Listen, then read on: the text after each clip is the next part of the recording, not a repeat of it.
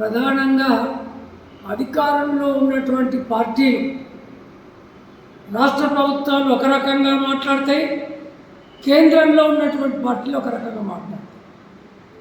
ఈరోజు తెలంగాణ రాష్ట్రంలో వరదల వల్ల తీవ్రంగా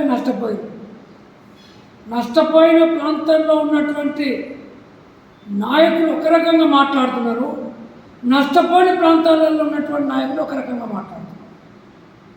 అయ్యా, రైతాంగాన్ని కాపాడాల్సిన బాధ్యత కేంద్ర రాష్ట్ర ప్రభుత్వాల మీద ఉంది.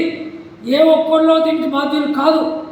ప్రధానంగా కామారెడ్డి పట్టణంలో వరదలు వచ్చి పెద్ద ఎత్తున నష్టపోతే అక్కడ ఉన్నటువంటి ఎమ్మెల్యే ఓట్లలో నిలబడి గెలవకంటే ముందు ఏ ప్రభుత్వాలు డబ్బులు ఇచ్చినా ఇవ్వకుండా నా సొంత డబ్బులతో నేను పట్టణాన్ని అభివృద్ధి చేస్తా, ప్రజల్ని కాపాడుతా అని చెప్పారు. కానీ ఇప్పుడు వరదలు వచ్చి అన్ని సామాన్లు నష్టపోయి, కార్లు కొట్టుకుపోయి, మనుషులు చనిపోతే అసలు వరదలు వచ్చినప్పుడు మీరు బేఫికర్ మీద ఉన్నారు కాబట్టే మీరు నష్టపోయారు, ఆ నష్టానికి మీరే బాధ్యులు అనే పద్ధతిలో మాట్లాడుతున్నారు. వాళ్ళేమో క్షణాల్లో వరదలు వచ్చినాయి, తేరుకునే లోపలనే విలువైన వస్తువుల్ని తీసుకుందామంటే కూడా మాకు సమయం లేక మేము బంగ్లాల మీదకి ఎక్కి బతుకు జీవుడాన్ని ప్రాణాలు కాపాడుకున్నామని చెప్పి స్థానికులు చెప్తే టైం ఉన్నది, కావాలని మీరే నష్టపోయారని చెప్పి ఎమ్మెల్యే. అంటే ఎంత దౌర్భాగ్య పరిస్థితి ఇది, తప్పించుకునే మాటలు కావా?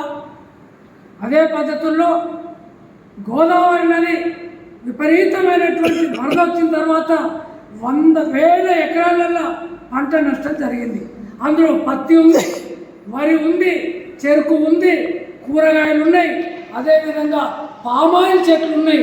అన్నీ కూడా ఖాతాకు వచ్చినటువంటివే ఉన్నాయి, అన్నీ కూడా నష్టపోయినాయి. మొత్తం రోడ్లన్నీ తెగిపోయినాయి. ఇది జరుగుతుంటే ఏ నాయకుడు వచ్చి వాళ్ళని పలకరిస్తున్నటువంటి పరిస్థితి లేదు. మేము పోయినాం, అక్కడ కంపు వాసన లేస్తుంది, ప్రజల ఆరోగ్యాలకు నష్టం జరిగే పరిస్థితి ఉంది.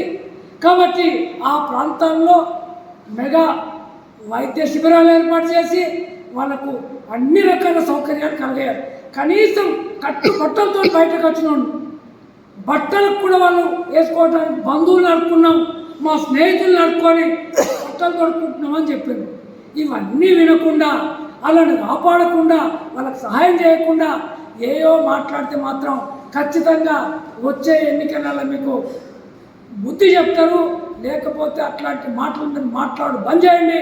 వాళ్ళని ఏ పద్ధతుల్లో ఆదుకోండి. కేంద్ర ప్రభుత్వం కూడా పెద్ద ఎత్తున సహాయం చేయండి. గుజరాత్లో వరదలు వచ్చినాయి అనగానే 500 కోట్లు వెంటనే శాంక్షన్ చేసిర్రు ప్రధానమంత్రి గారు. మరి తెలంగాణ వరదలు వచ్చి ఇంత నష్టం జరిగితే ఒక్క మాట కూడా ఇప్పటిదాకా మాట్లాడలేదు. అంటే ఎంత వివక్ష ఉందో తెలంగాణ పట్ల ఈ బీజేపీ పాలకులు చెప్పేది ఒకటి, చేసేది ఒకటని ఇక్కడ మనకు అర్థమవుతుంది. కాబట్టి వెంటనే కేంద్ర ప్రభుత్వం కూడా పెద్ద ఎత్తున రాష్ట్రానికి సహాయం చేయాలని, రాష్ట్ర ప్రభుత్వం కూడా నష్టపోయిన రైతాంగాన్ని ఆదుకోవాలి. అదేవిధంగా నష్టపోయినటువంటి అన్ని రకాల నష్టపోయినటువంటి ప్రజల్ని కూడా ఆదుకోవాలని చెప్పి ఈ సందర్భంగా అఖిల భారత ఐక్య రైతు సంఘంగా నేను ప్రభుత్వాన్ని డిమాండ్ చేస్తున్నాను. క్లౌడ్ బస్ట్ వర్షం మూలంగా ఇప్పటి వరకు సుమారుగా నిన్నటి వరకు 83 మండలాల్లో ప్రాథమిక సమాచారం, ప్రాథమిక సర్వే ప్రకారంగా 2,50,000 అందాజా దెబ్బతిన్నదని చెప్పి చెప్తా ఉన్నారు. వాస్తవానికి ఇది సుమారుగా 5 లక్షలు ఉంటుందనేది నిపుణుల అంచనా.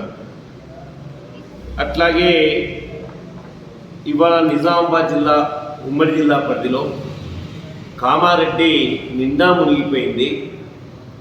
అట్లాగే సిరికొండ మండలం, దరిపల్లి మండలం, రెంజల్, అట్లాగే సాలూరా, ఈ మండలాల్లో మేము అఖిల భారత ఐక్య రైతు సంఘం, అఖిల భారత వ్యవసాయ కార్మిక సంఘం తరఫున, అట్లాగే ప్రజాపంద పార్టీ తరఫున బృందాలుగా వెళ్ళి సర్వేలు చేశాం. ఆ సర్వేల్లో ప్రధానంగా కామారెడ్డిలో ఇంటి ముందర పార్కింగ్ చేసుకున్న కార్లు కొట్టుకపోయాయి, కార్ల షెడ్ నుంచి కొట్టుకపోయినాయి. ఇవాళ కొత్తగా సమాచారం ఏంటంటే శవాలు దొరికినాయి అని చెప్పేసి, అంటే ప్రాణ నష్టం జరగలేదని నిన్నటిదాకా అనుకున్నాం, ప్రాణ నష్టం కూడా జరిగిందనేది వాస్తవం. కాబట్టి ప్రాణ నష్టానికి 25 లక్షల రూపాయలు నష్టపరిహారం ఇవ్వాలని, 25 లక్షల రూపాయలు నష్టపరిహారం ఇవ్వాలని మేము డిమాండ్ చేస్తూ ఉన్నాం.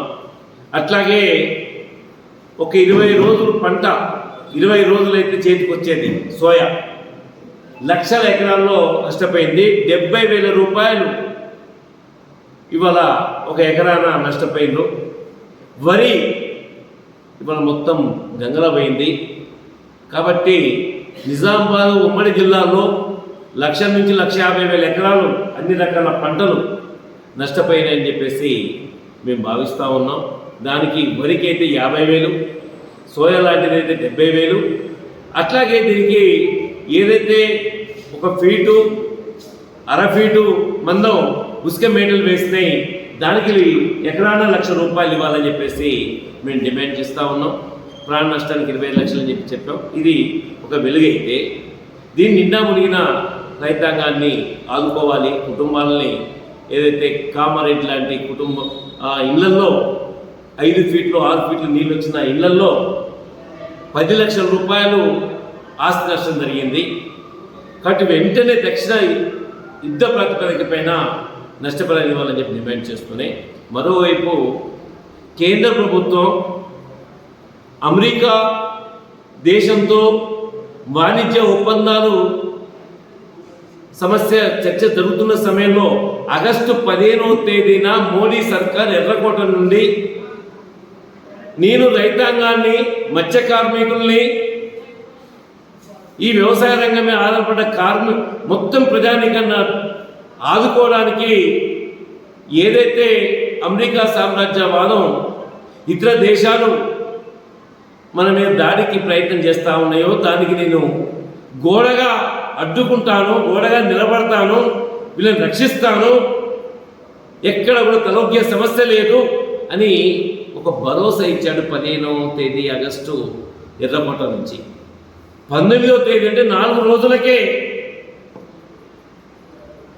రైతాంగాన్ని నిండా ముంచే విధంగా, రైతాంగానికి మరణ శాసనంగా పత్తికి దిగుమతి సుంకం 11% ఉంటే ఆ 11% రద్దు చేస్తూ ఈ దేశంలో దిగుమతి అవుతున్న, ఉత్పత్తి అవుతున్న పత్తిని వ్యాపార వర్గాలు కొనకుండా చేయడానికి ఈ 11% పత్తి సుంకాలు రద్దు చేయడం, సుమారుగా 60 లక్షల మంది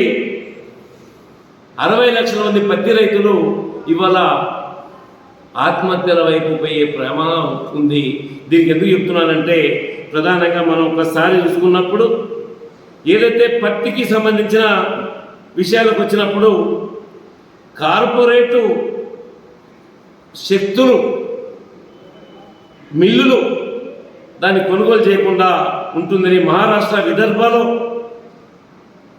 ఈ సంవత్సరమే 767 మంది రైతులు ఆత్మహత్యలు చేసుకున్న విషయాన్ని మనం గుర్తు చేసుకోవాలి. అందుకనే ఈ భారత, అమెరికా, బ్రిటన్ వాణిజ్య ఒప్పందాల మూలంగా రైతాంగాన్ని, వ్యవసాయ రంగాన్ని కాపాడుకోవడానికి మా అఖిల భారత ఐక్య రైతు సంఘం రాష్ట్ర మహాసభలు 8వ తేదీన సోమవారం రోజు పెద్ద ఎత్తున ఆందోళనకు పిలుపునిచ్చింది.